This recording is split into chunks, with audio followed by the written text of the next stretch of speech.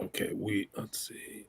I think we're live on everything but Twitter. So we're live. Hi, this is William Ramsey. Welcome to William Ramsey Investigates. On today's show, I have a very special guest. His name is Chuck Ochelli. He runs the Ochelli Effect, and I've been on his show a couple times talking about my research.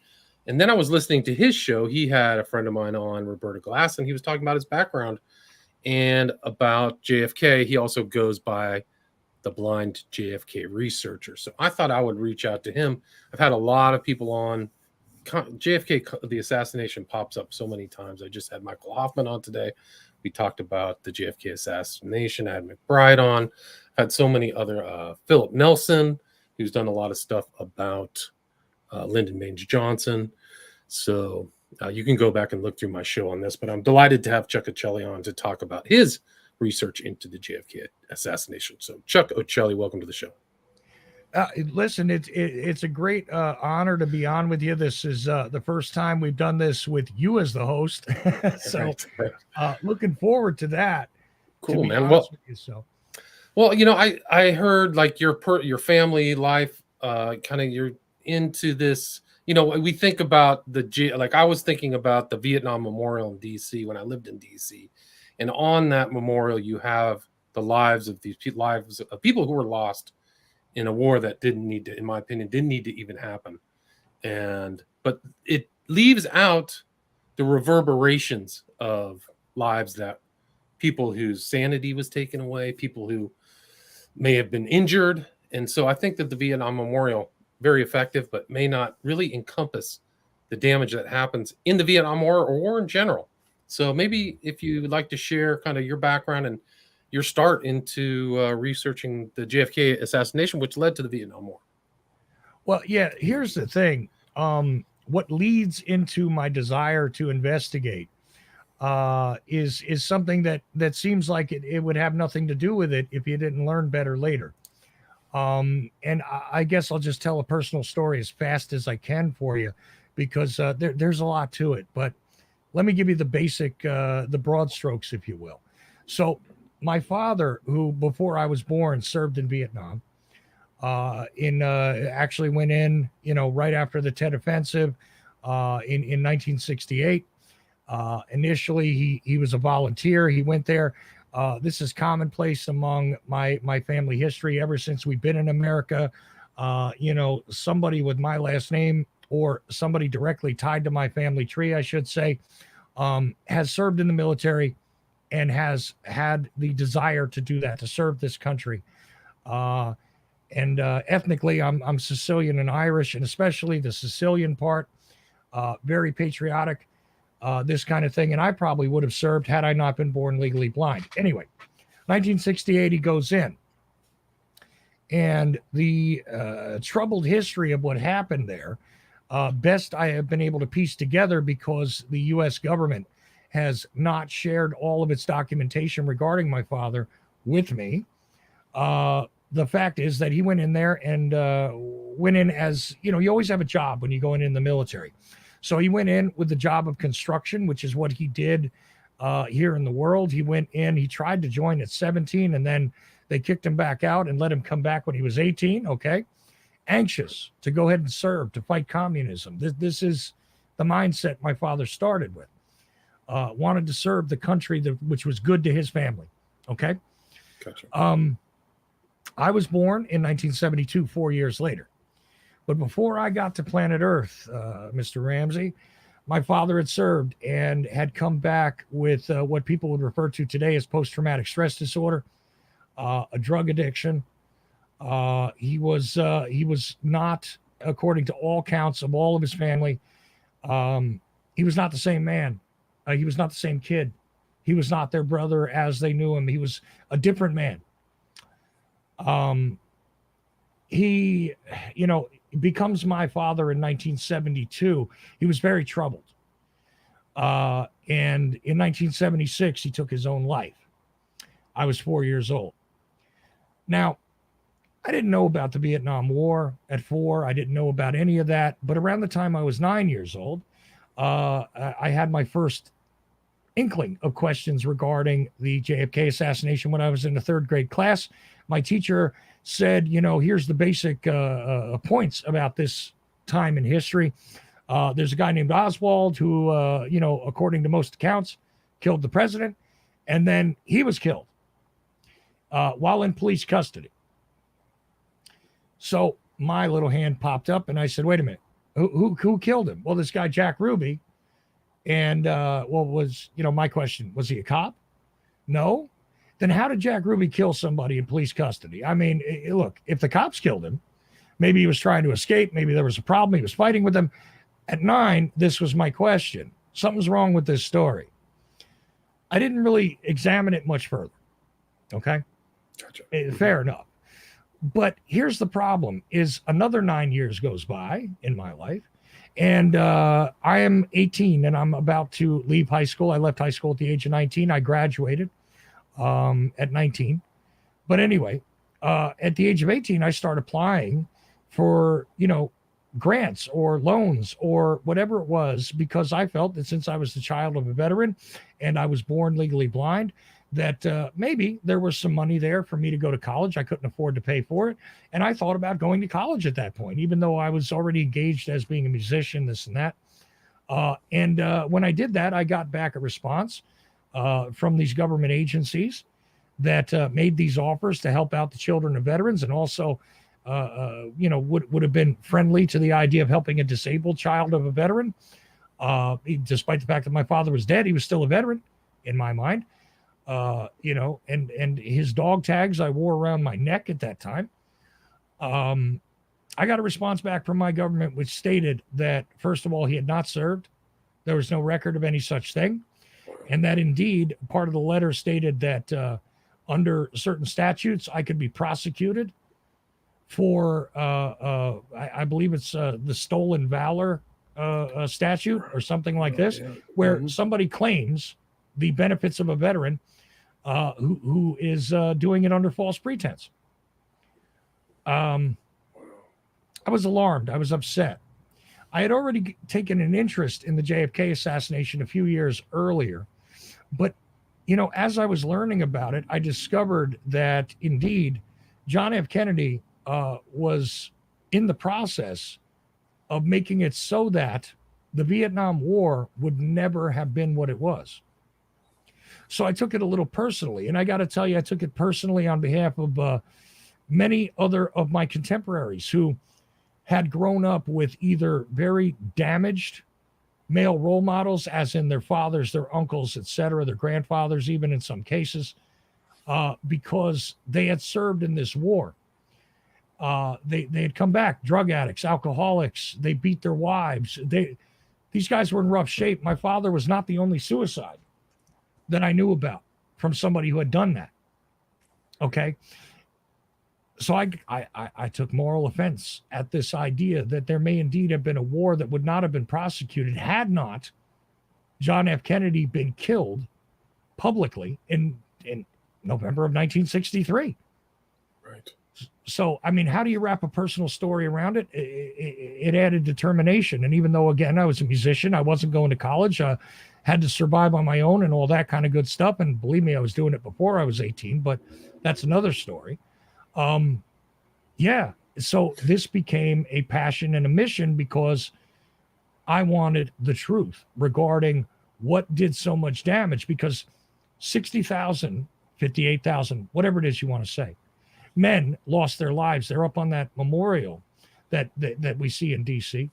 Right. They're there, but there was about 1 million men returned back to the United States who were mutilated in one way or another, whether it's spiritually, psychologically, or physically, that then had a resonant effect on, my entire generation, one way or another. These were our fathers. These were our uncles. These were our older brothers. For God's sake, if you lied about it, which we now know publicly, that the Gulf of Tonkin incident, the justification for accelerating the Vietnam War, for Lyndon Johnson's justification for now landing a whole bunch of extra troops in a little bit later, which would not have been in the hands of Lyndon Johnson and would not have even been a possibility, because John F. Kennedy wanted all U.S. assets. If you read National Security Action Memorandum 263, if you read that and you read a book by a guy named John Newman called JFK in Vietnam, you find out that John F. Kennedy would not have prosecuted that war. It would not have been the circumstance. Could have been avoided. So, yeah, I take it personally.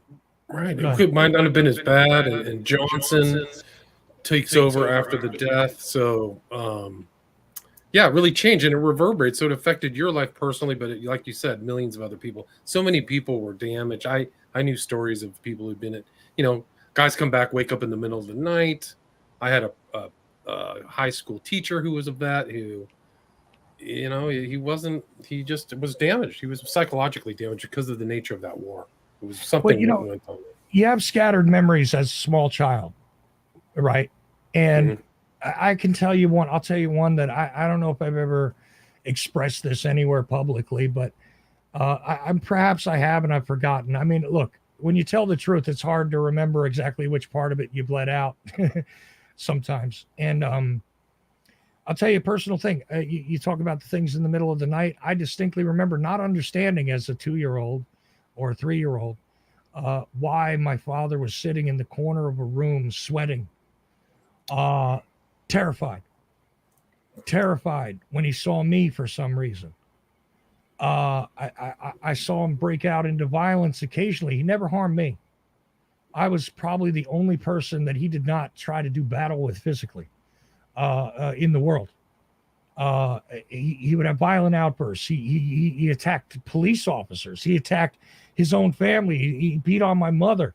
He would snap at people. And I knew that, and I just accepted it as the way of the world. I didn't know what caused it. But you know what? I know I'm not alone either. And there's a lot to be said about that. There's something to be said there. Anyway. Let me tell you this story. This is an amazing story because I remember this from my high school. The same person I'm talking about, who was a Vietnam vet, he was a history teacher and an art teacher. But sometimes he would sit down and read, and I was probably like 14 or 15 at the time. He took out a Vietnam book and read to us like some of the things that happened, like My Lai, and the graphic. Now, I don't even want to repeat it, but it involved rape, torture, like the worst things. And it's so curious looking back because he was telling us how awful it was and how awful it was for everybody, even the troops and the victim, these like peasant victims. But like today, he would have been frog marched out of the school for saying the words he did, like really graphic. But I still remember that story about how horrible Vietnam was. Like they did bad things happen to everybody. So it's just in retrospect, that story I just told you, I believe, and I'm not certain because I can't ask the man, now he's dead, but it'll be coming up on 50 years in just a few more, but 45 years now. But I in retrospect, I think he was terrified of the vision of me because in his haze that he was in, due to his psychological condition, I think that it caused him to be reminded of situations where maybe, children were killed. And we know that happened. Right. And I think in his blur, that's what he saw. And look, I don't want to focus on this too much because, it's still emotional for me to this day, honestly. I'm sorry. And it's hard.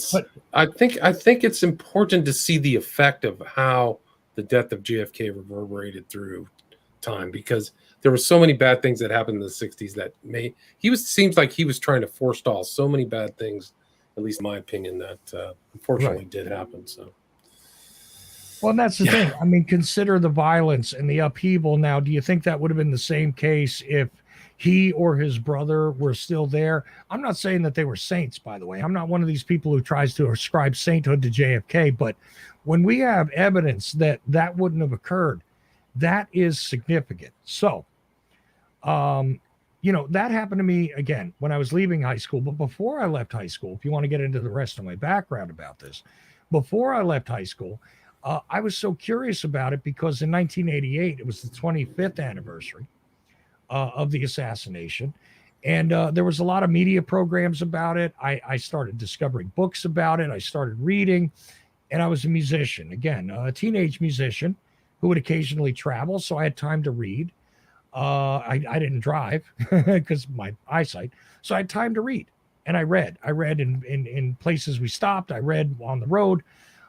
And sometimes we traveled to places where I knew that there were individuals that I was reading about in the books had moved to, had lived. So I would take out a phone book and, like, say somewhere in Pennsylvania, and pop open a phone book and see if I could find that person's name in there, and then just cold call them and say, listen, I'm just a guy who's interested in this. I was reading about you in this book. And a lot of people hung up on me, but some of them didn't. Interesting. And I started just talking to witnesses, participants, and things from the autopsy to the casket detail to maybe they had been in Dallas, maybe they were a witness and they had moved away, they had come east and they were closer to me. And then I was even able to meet some of these people on my off time, or spend a lot of time talking to them on the phone. And it just absolutely made me understand that the official story was, first of all, nonsense.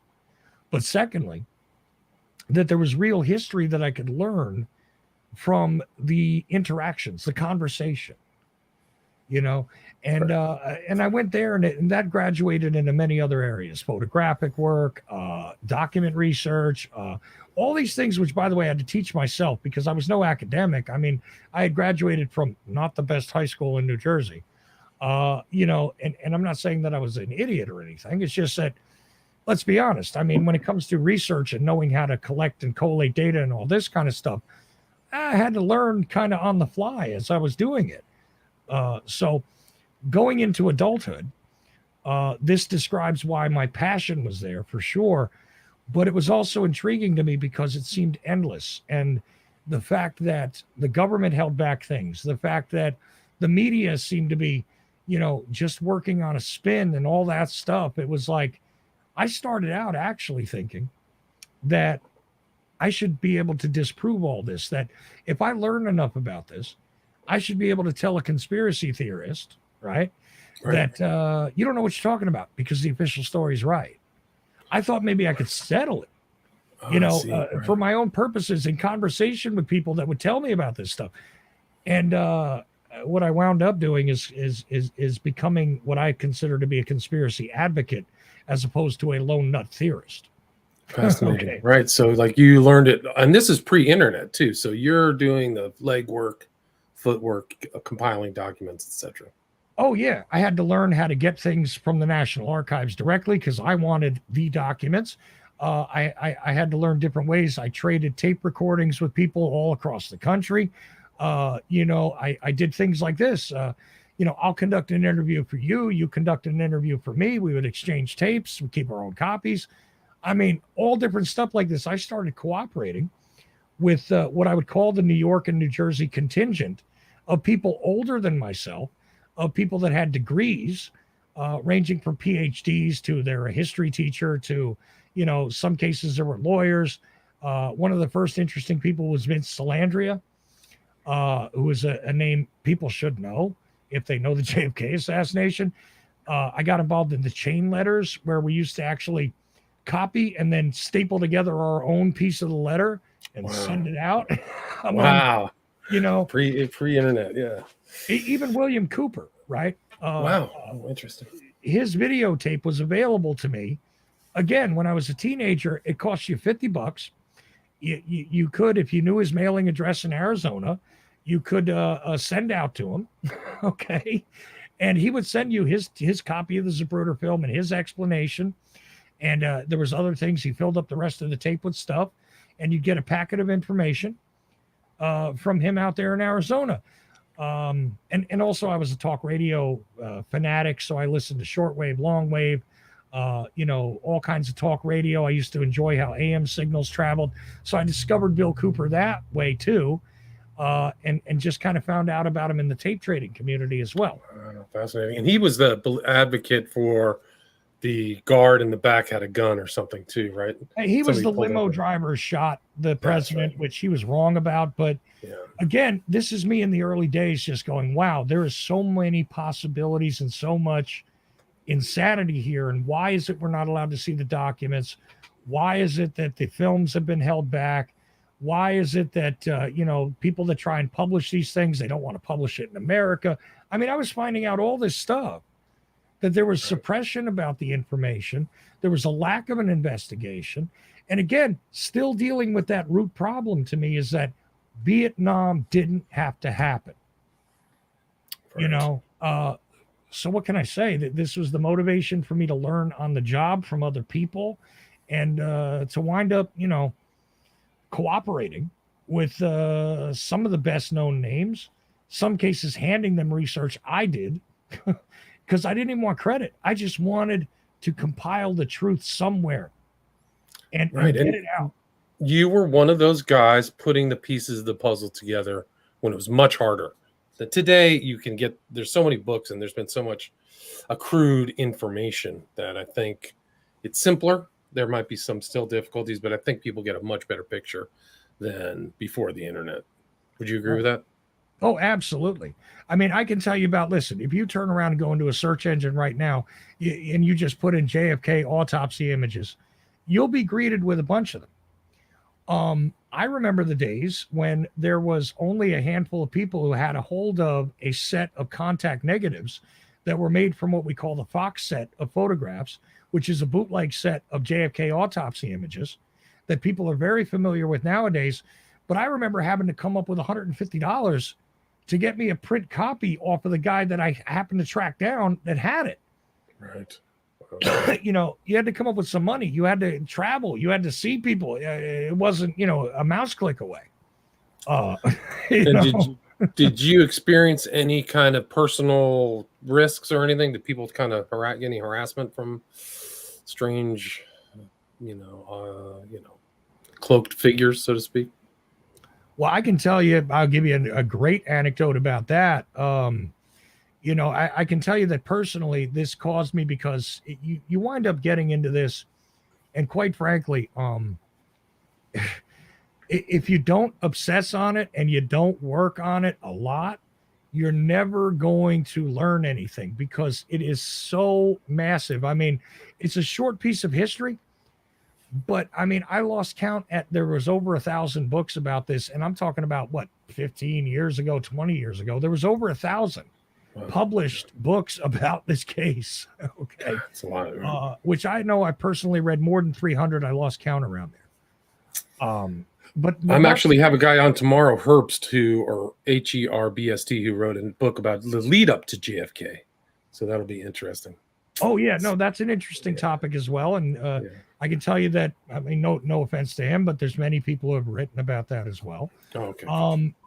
And the literature in and of itself it's a curious case study. Right, it really is. Good point. Yeah. So look, I give you the anecdote, but I got to tell you that personally over the years, it caused a lot of people to, come on, man, is this all you talk about? Is this all you do? Is this what you put your money on? I mean, is this? And yeah, it was for a bunch of years. And I didn't seek to write a lot of articles. I've never written a book. I didn't technically make a film. I mean, I made a little short thing on YouTube, but I mean, I've never made a film. I wasn't looking to gain anything from it outside of the truth. So anyway, I'll tell you the funniest piece of information about this where Homeland Security engaged with me. Wow. Let's tell that story. It's a funny thing where it got triggered, and it's kind of wild. It's going to sound like I'm going around this issue, but bear with me. Okay. I was going to get married for the second time. I'd been married and divorced, and all that, and I was going to get married for the second time. My second wife is deceased, but the thing is, when she was still alive, she could have verified this story for you. She had an ex-husband who was harassing her and indeed us at a certain point. And so she went to court and got a restraining order. Now, this sounds like, what are you talking about? Now, hold on. So she got a restraining order and we were going to get married on a boat. Okay. So the kicker is any boat that you see that's in business somewhere is a registered naval vessel with the U.S. government. So stick a pin in that. He threatened to blow up the boat. And so that was entered into open court as part of the justification for the the restraining order. Wow. So, this is good law abiding stuff and everything. All right. trying to avoid harassment. I mean, William, can you blame us, right? No, no. The guy's throwing things at our house, driving by, making phone calls, causing all kinds of problems, breaking stuff. All right. So, you go to the cops, good, regular, all American citizen, and they tell you, go get a restraining order. All right. So, anyway, he threatens to do that. The night before we're supposed to get married, there's a knock on our door. And it's the FBI. All right. Interesting. Yes. So, all right, listen, we really need to speak with you about tomorrow. Not only have we alerted the local police to cooperate with us, but we are going to have to insert ourselves into your wedding. Wow. Okay. This is, I'm going to tell you the kicker on that in a second, but they separated me and my fiance at the time and started talking to us separately. They're kind of, running me around about this. And I'm like, okay, I understand. They're telling me, look, the Department of Homeland Security engaged with us to handle this situation because your wife's ex has threatened a registered U.S. naval vessel, which is technically, connected to a response for terrorism. I said, all right, that's all good and everything. But somehow I shortened the conversation with them and wandered back over to my fiance. And what they were in the middle of telling her is that they have a file on me. And that file started in 1984 when I was 12 years old because I wrote a letter to President Reagan. Wow. And my letter to President Reagan was, hang on, this is all good government stuff. Hang on. I wrote a letter to President Reagan basically explaining that as a young person in this country, I feel as though a nuclear arms race is a dangerous thing to engage in because, after all, people make mistakes. And a mistake could destroy the entire planet. And shouldn't we find a better solution? I got a nice little form letter back from the White House and all that. And I was totally unaware of any of this, But anyway, they told her that part of it, that they had started my file then. And then, even though I had never publicly published anything, I had never done a radio show, none of that, they were telling her that I had what amounts to a subversive file because I had been involved in JFK research and had claimed among groups of JFK researchers that it was very possible that the CIA itself was involved in the assassination. So that makes you subversive. Wow. No radio show. But I'm a dangerous person because of that. Wow. And they were literally telling her this, that you're quite aware that your husband is one of these people who, we do have to keep an eye on. He's a JFK researcher. Right. A JFK researcher. Now, truth is, I was a juvenile delinquent, and they knew that too. They knew all kinds of stuff about my life. Even though the last time I interacted with an FBI agent, I was fingerprinted as a kid because there were children disappearing. And they did that whole program where they sent FBI people around to schools. Right, I remember that. The last time I'd seen an FBI agent was then. But they had a whole file. And we're telling her about that, and that I had been a juvenile delinquent, and that I had possibly been at certain points, in contact with people in organized crime. And that I had also been among others who might have been political radicals that were actually dangerous and things like that. I mean, all this stuff about my history, which was really incredible. Yeah. They're telling her all that. And on top of it, telling her that if she felt like sharing some information that could be helpful to them about me, that she should understand that, even though a wife can't be compelled to testify, literally, this is the conversation I walked back in on. Okay. Wow. And my mousy 95-pound soaking wet. 5'5", 95 pounds, skinny little thing, scared of her own shadow. Okay. I don't want to describe her too much, but I got to tell you, not an assertive woman, not a rebellious woman, very quiet. Okay. Right. She looked at them straight ahead and said, no matter what this man does, I'm not going to help you to get him locked up, no matter what it is you say to me. which I was like, thank God I'm marrying this woman. And the thing is, I wasn't doing anything wrong, William. You understand? I wasn't a terrorist. I wasn't doing, I mean, I had done my JFK research and maybe challenged the government's assertions, but no publication, no public speaking engagements, no awards given to me, no book, no nothing. I had not been a public figure and they were on me. I wasn't even on Facebook yet. You understand? Right. Okay. That's incredible. Yeah. Yeah. So somebody's probably monitoring all the JFK researchers probably from the 70s or late. I mean, even like if you look at what Garrison went through, it's probably been that way from the, since 63. I wouldn't be surprised. Yeah, no, I'm pretty sure that there are plenty of us that the ones that are kicking over the wrong stones one way or another. It just means that I am sure that at a certain point I kicked something over sensitive. Right. That's all that means. Do you think they had to have my entire history and everything for some reason? Right. Like going back to age 12. Like that's incredible. Do you feel like you came across something that no other researcher may have seen or anything like that you blew dust off of something that nobody had uncovered it up to a certain time? Well, it's hard to say because there are so many people that have done, very good work and many people that have claimed to do good work. And it turns out, maybe they don't have all the evidence to back up what it is they're saying. And there's a variety of that. So it's hard to say if I've ever encountered something that was entirely unknown. I'm convinced that I know a few things that I've never seen published, but again, it's impossible. I mean, William, I'll tell you what, you go find out, and there's at least 1,000 books 15 years ago.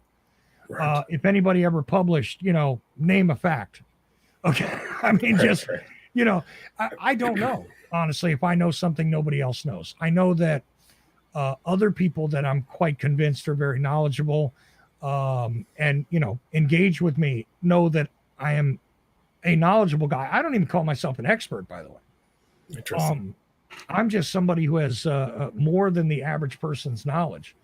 And I've been asked to write a book because there are some unique things I could add to the conversation, I think, but I'm not convinced that I know that for sure. Well, the thing is if you've been in the research game and that for those decades, just telling that story of how you started uncovering things, I think you would just add to the corpus of all the useful JFK material out there, not the stuff that isn't useful, but then people could know how your research progressed and your understanding, unfolded, kind of like peeling the onion, right? Yeah, no, I literally considered recently because some encouragement. I mean, I've gotten busy with other things, but I considered writing a book that I wanted to call The Hitchhiker's Guide to the JFK Assassination, because I really feel like that's what happened to me, where I sort of, stuck out my thumb and joined the caravan, which is a little less friendly than some people would like to let you know. Very splintered. Yeah, I hear there's really poisonous battles within the JFK community. There's some real headbutting. Yeah, I heard that. I mean, over kind of minor stuff. It seems like that happens in a lot of communities, that sometimes there's unnecessary. It seems like unnecessary conflict. It seems. Well, right. And then you have the incidents where a lot of people say, well, this guy has apparently been sent to us to cause this problem. And I got to tell you, I can't argue against all the people that say that. I think sometimes people intentionally come in and look, they just like to raise a ruckus. They like to be hellraisers. I think that's part of what some people just have in their character. There are others who I've seen in other historical events too, who wish to insert themselves into the history because they had some proximity, some brush with the history. So they exaggerate that. They make it so that it's a more significant thing, or they've literally just inserted themselves. Right. So I mean, the whole thing is riddled with a variety of problematic individuals, even the people doing good work sometimes. Right. Well, I think even like at the JFK community is probably similar to like, political research or conspiracy research. There's some characters that pop in and out that have gone around on podcasts that are clearly full of baloney, and some people take them seriously. And yeah, it is interesting how that happens. Like, and some people get married to a position, which happens in politics, in in any socialization whatsoever anyway, where they get kind of married to a position and they don't want to admit that they were actually drunk on something and they woke up with the somebody they realized they had beer goggles on. It's just they get married to a theory, or they get married and they won't let it go despite the evidence as it comes up. And that I've seen happen, with everything. The politician who fails them, they still stick by him, regardless of the fact that they've literally contradicted, in their behavior, what it is they said they desired in the first place. I mean, it's just, and I'm using generalizations here. But I know what you're talking about. I know what you're referencing, though. Okay. I think.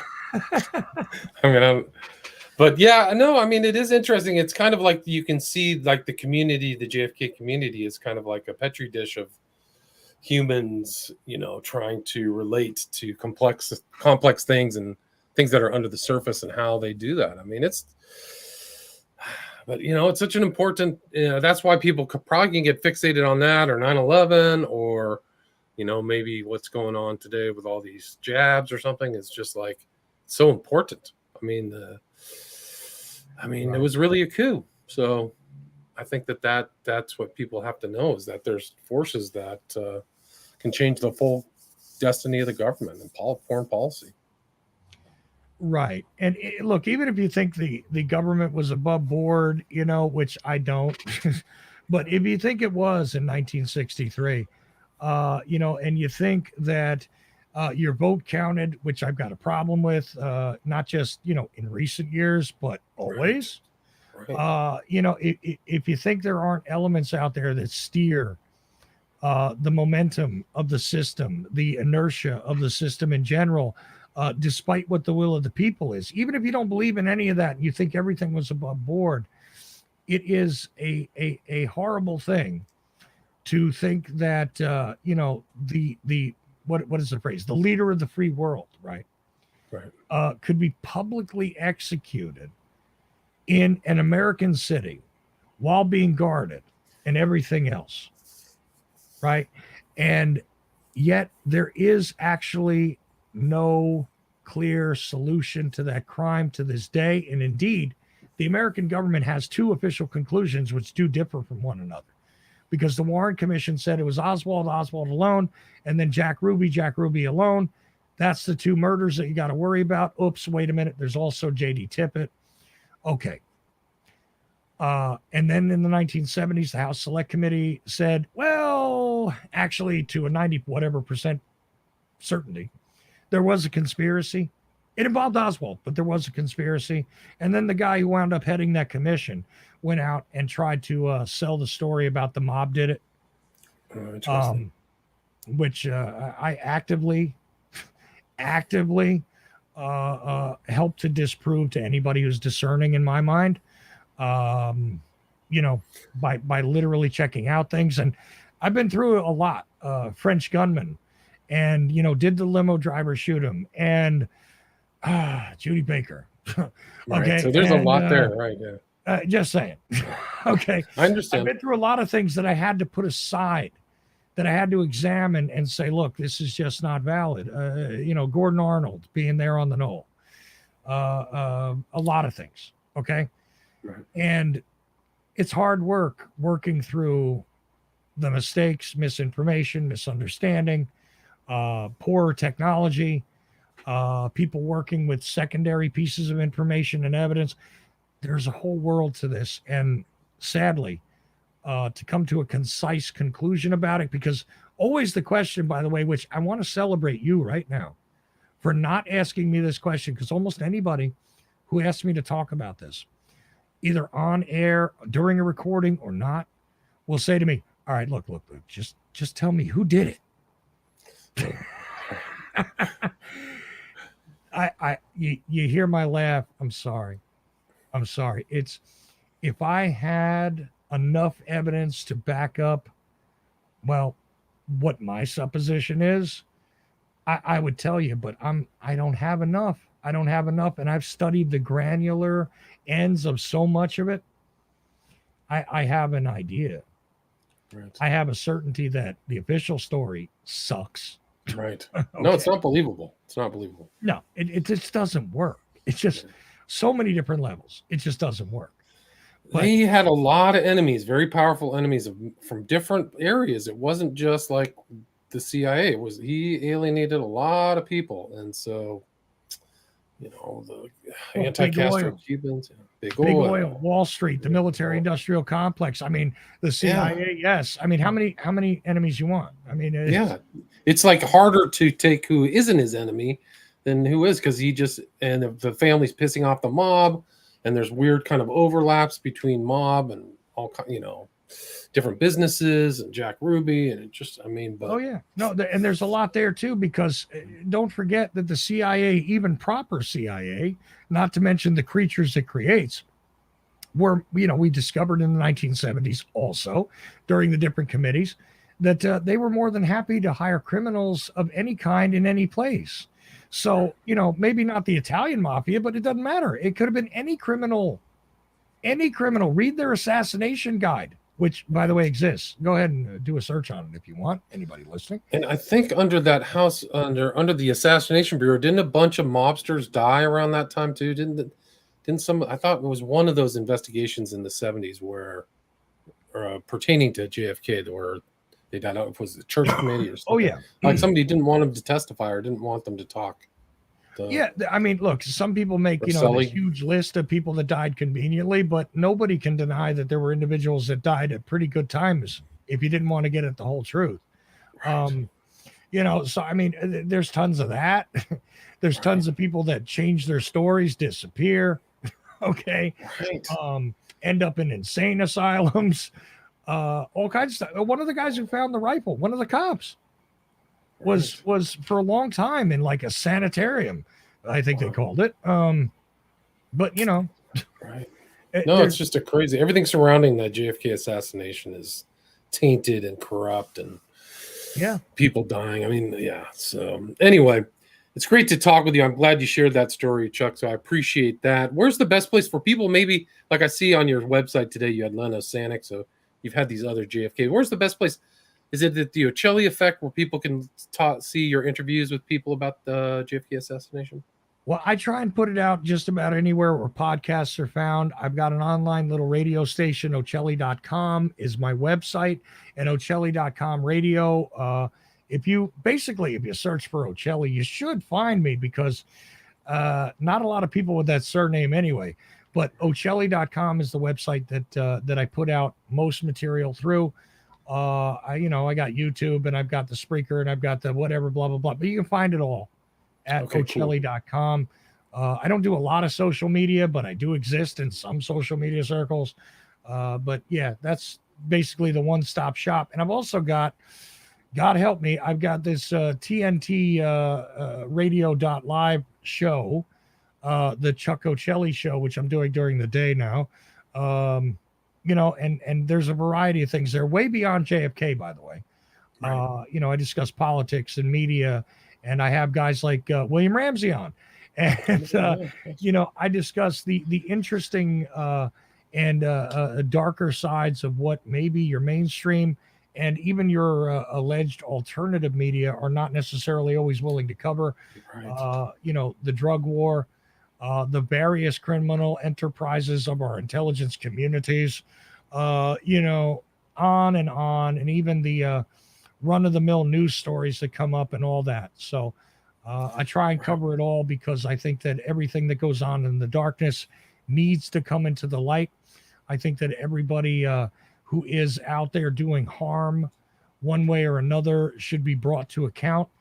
And I think it is only going to be the independent voices out there that are in a unique time in our history that are going to get to do it. So I thank you for having me today, sir. Thank you. I really appreciate it. And great conversation. If people want to contact you, they can contact you through OchelliEffect.com too. So if they want to reach out to you. Not OchelliEffect.com. Somebody hijacked that.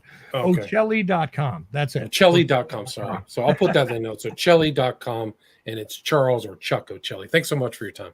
Thank you. All right. God bless. Stay there.